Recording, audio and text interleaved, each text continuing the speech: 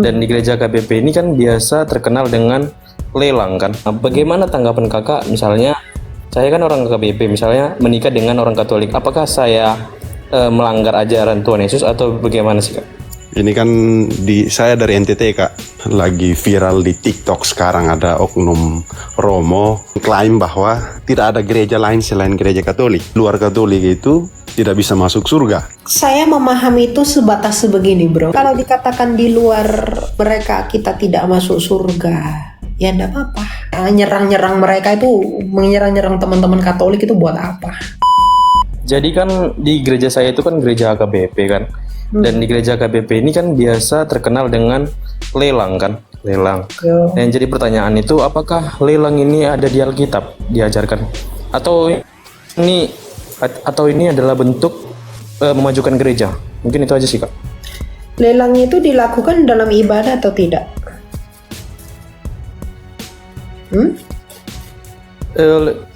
Biasanya diadakan setelah ibadah sih kak. Tapi lanjut gitu dia. Tidak masalah. Lagian kan uangnya tidak digunakan untuk hal-hal yang lain. Uangnya digunakan untuk perkembangan gereja kan, kebaikan gereja. Bukan mencari uang untuk hal-hal berfoya-foya, bukan untuk kepentingan yang lain-lain. Tidak apa-apa, tidak masalah. Asal jangan seperti di Bait Allah ketika Tuhan Yesus marah. Orang yang di Bait Allah itu kan menjadikan itu sarang perdagangan. Jadi Bait Allah itu ya digunakan untuk tempat orang berdagang di Serambi Salomo itu. Berdagang jual ini jual itu, ya Tuhan marah. Tuhan Yesus marah. Tidak boleh. Kan gereja kan tidak dijadikan tempat begituan. Tapi untuk sokong gereja, kemauan jemaat juga. Tidak masalah untuk itu. Gitu. Jadi kan tadi Kak Elia jelaskan kalau gereja itu memiliki tujuan bahwasanya untuk memuji dan memuliakan Yesus Kristus kan kak. Nah bagaimana tanggapan kakak misalnya saya kan orang KBP misalnya menikah dengan orang Katolik. Apakah saya melanggar ajaran Tuhan Yesus atau bagaimana sih kak? Oh enggak, kamu mau ke Katolik, kamu mau ke Ortodoks kan Yesusmu tetap satu. Ya seperti yang saya katakan tadi lah, kalau kamu memahami dengan baik, ya mau kamu ke Katolik kayak, mau kamu ke Ortodoks, mau kamu ke Protestan, tetap Yesus yang sama yang kamu pahami.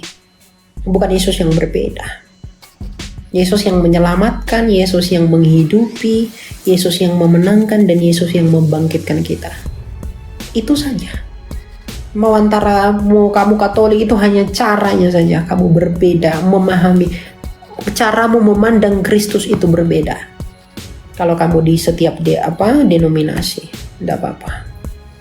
Tapi harus memutuskan. Kalau pasangan kamu misalnya Katolik, kamu Protestan, kalian harus memutuskan di mana kalian bertumbuh.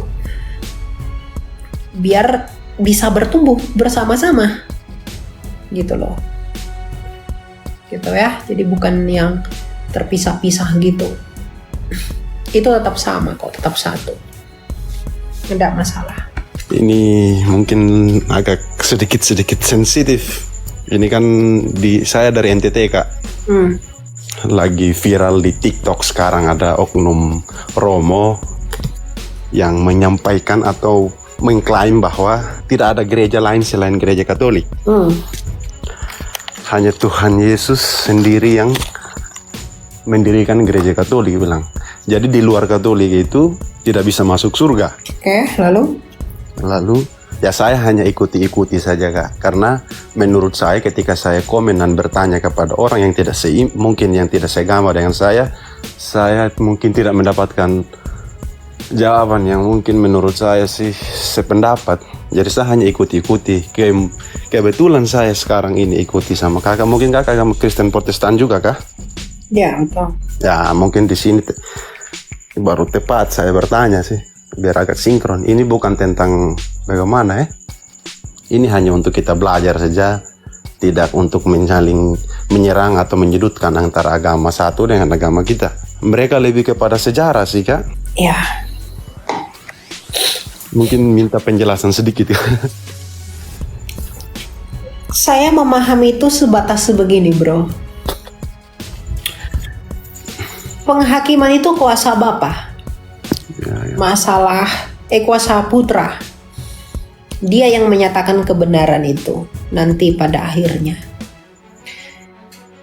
Kalau dikatakan di luar mereka, kamu mute dulu bising, saya nggak suka. Ya. Kalau dikatakan di luar mereka kita tidak masuk surga, ya enggak apa-apa, enggak masalah. Saya menganggap itu sebuah opini saja.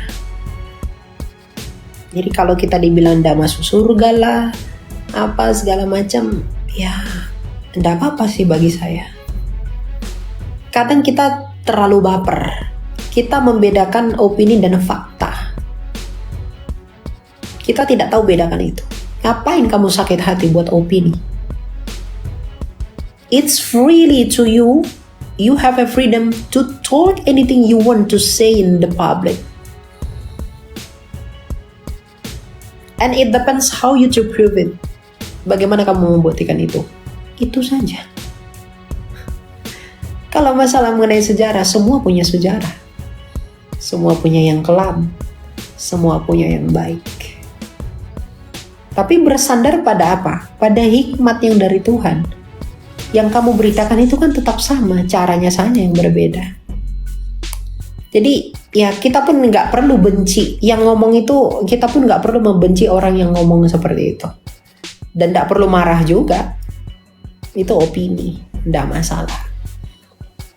Ya, ketika saya kan Protestan ya, terus saya dibilang kayak gitu juga, saya juga kecewa sebenarnya. Kecewanya itu radikal itu boleh, ya, tapi ya tidak begitu banget juga lah, gitu loh. Ya, tapi saya nggak ada rasa apapun sama orang-orang yang seperti itu. Saya hanya menganggap oke, nggak apa-apa. Jadi itu juga mengajarkan kita bahwa ya ternyata mereka itu melihat kita seperti itu, gitu loh. Udah nggak apa-apa. Itu kan apa yang mereka sampaikan tentang kita, apa yang mereka sampaikan tentang seperti apa kita, itu kan kacamata mereka yang mereka pakai. Jadi kamu ngapain marah sama kacamata orang? Kecuali mereka menggunakan kacamata kamu untuk menyerang kamu. Itu baru salah. Tapi kan itu kan pandangan mereka kepada kita. Bukan menurut ukuran kita, tapi menurut ukuran mereka. Ya enggak masalah bagi saya ya. Kalau saya mau sakit hati, saya pun bisa sakit hati. Saya dikatain inilah, dikatain itulah. Waduh, banyak yang saya terima. Yang buruk-buruk. Dibilang Yesus palsu lah yang diberitakan apa segala macam. Saya udah terima itu banyak bro, tapi ya udahlah. Apa? Yang penting gini, kamu bertumbuh dalam imanmu, kamu buktikan kamu tidak seperti itu. Tidak ada pohon yang benar menghasilkan buah yang tidak benar. Dan begitu juga sebaliknya. Jadi buktikan kamu itu pohon yang benar. Dalam moralmu, dalam ucapanmu, dalam segenap sesuatu yang kamu lakukan. Itulah yang menyelamatkanmu di dalam Kristus. Jadi motivasi kamu berbuat itu karena Kristus yang kamu kenal. Kristus itu mengasihi semua orang, artinya apa? Ya kasih yang dirasakan orang lain, itu yang menjadi upah. Ya percuma kita ngomong teologi begini, bacot kesana kemari, tapi tidak ada kasih di dalam kita. Itu nggak berguna. Iman itu besar, pengharapan itu besar, tapi kalau tidak ada kasih di dalam, itu sia-sia. Iman, pengharapan, dan kasih yang terbesar adalah kasih. Kadang kita ini terlalu sombong, memuja-muja doktrin dan dogma kita, tapi mengabaikan kasih itu. Merasa paling oke, the best, paling itu, tapi menyakiti orang lain sesamanya di dalam Kristus. Membunuh orang lain dengan mulutnya sendiri. Dan ya itulah, begitulah, ada yang begitu, ada yang nggak begitu. Tapi saya tidak pernah masukin yang seperti itu dalam hati. Gitu ya kalau saya. Jadi ya fokuslah kepada imanmu. Kamu buktikan kalau kamu layak mendapatkan surga itu aja. Surga itu Tuhan yang punya, gitu ya. Gak perlu pusing masalah yang kayak gitu. Oke, makanya saya juga tidak terlalu tanggapi sih Kak. Saya sepakat, saya pemikiran gitu Kak. Ya karena Protestan pun banyak yang brengsek. Banyak yang nyerang mereka itu, menyerang teman-teman Katolik itu buat apa? Iya, itu sudah banyak juga itu. Jadi ya sudahlah, anggap aja lah itu. Mereka aja lah di situ, gitu aja. Dinamika dalam bergereja. Iya. Aduh, ya silakan. Harusnya menyampaikan hal-hal yang positif aja lah untuk kita semakin bertumbuh dalam iman. Ya. Oke, Silakan, makasih Kak. Yo, thank you. Oke. Ini sedikit tambahan ya, suara aku ada kan ya, jelas gak? Ada. Ya, kalau ada yang mengatakan selain di luar dari Katolik tidak ada keselamatan, ingat ya, yang menjadi hakim kita itu adalah Kristus yang diserahkan oleh Sang Bapa kepada Sang Anak, dan Anak juga mengatakan bahwa penghakiman itu sepenuhnya berdasarkan kehendak Bapa. Itulah kesatuan esensi atau kesatuan hakikat di dalam Bapa dan Anak.